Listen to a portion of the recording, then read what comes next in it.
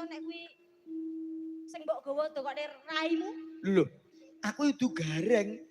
Lha kuwi apa? Lho Janakane wong Prodadi ya iki. Tenan murah kowe. Janaka kok raine macak ireng putih kaya anu telek cecek kaya ngene iki.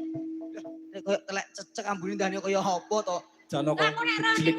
dhuwur ke cecek kae telek ireng putih ya kaya ngene iki.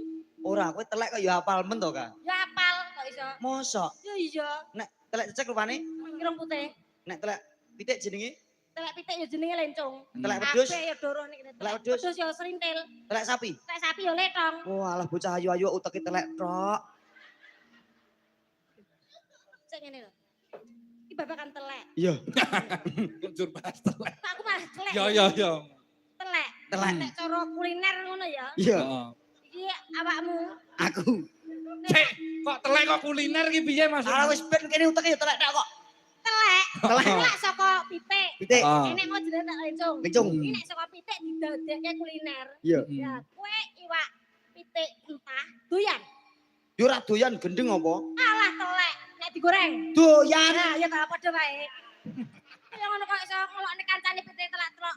Kok iso Bel- telek mau ora saka Pitik. pitik. Heeh. Telek lencong contohnya. Iya. Pitik kuwi iso diolah Iya, dadi panganan. iya betul. Nek pitik entah awakmu doyan. Yo ora doyan gendeng apa? Alah telek nek digoreng. Doyan enak rek. Ya padha wae kok iso ngono. Kowe ket mau ngeyel ya doyan kok.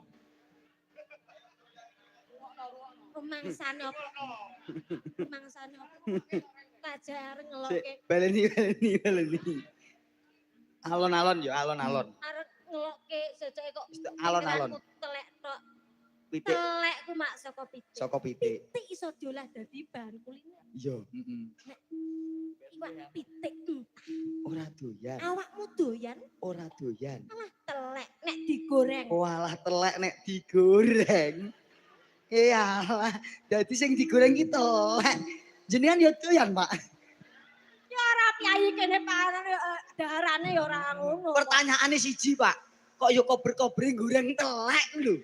Lah ngetekno aku ki ya tresno karo panjenengan ki kakak tingkatku. Apa karamenane panjenengan tak suguhne. Ya nek kersa telek goreng apa to susahe? Telek nek digoreng.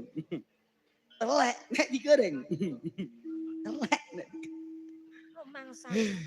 Aku rene iki mau wis diarep-arep karo Pak Kadus kok yo dilokne kaya tabung gas. Mangsane kok ora ngajeni marang wong wedok. Singgen ayu-ayu dari keluar kabeh Pak.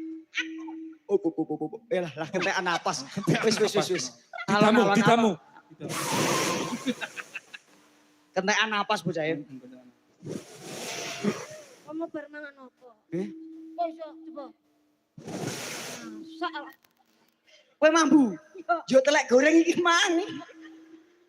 Kok mulak ae kaya kok ya aja suwe awiyan. ora kaya ngono to wong ayu. Paling ora panjenengan iki yo kakangku sing tak tresnani. Ngene lho, Nok. Iya piye nek? Anak kok nek to kowe iki. Karo nek Masa aku nek.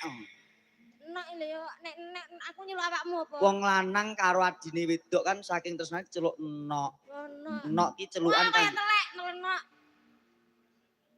Nok. Yayi. Oh iya nyai Sejenane wong wedok iku kudu dilus, dilus. kudu di Roma. Aku ngarep mau kondo yen siranem koyok tabung gas mung kanggo rasaku nyilike atimu. Ning nyatane ora cilik atimu. Nyoto yen kowe wanita kang utama kebal sakabeng rasa, Yayi. Iya Gedhe rasa tresnaku kanggo sliramu. apa sing dadi buktine yen awakmu tresno marang aku mono tresno karo panjenengan sing dadi buktine karo aku apa? Wis to. Wis. Hop, alon-alon.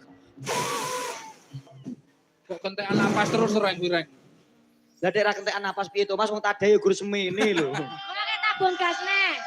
Tabung gas 3 kilo ki rawet kok iya. Yo ora amet. Lah nek sira tok 12 kilo kae yo Ah, sing gedhe betah kae, suwe yo.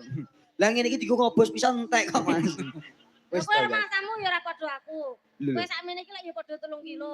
Astagfirullahaladzim. Wis disekseni piyai kene. Ket taun ndeknya aku rene gede dhuwur ya Pak yo. Gede dhuwur lah kok dari saiki mengkeret ngene. Genah ning Bandungan anyep nih kok gak yo mengkeret to. Lah iki gareng kok pentil. Bareng kok pentil. Yo gareng ning enek pentile Mas. Aku wis tak antu-antu kapan to iso panggih Kangkang Masku sing wis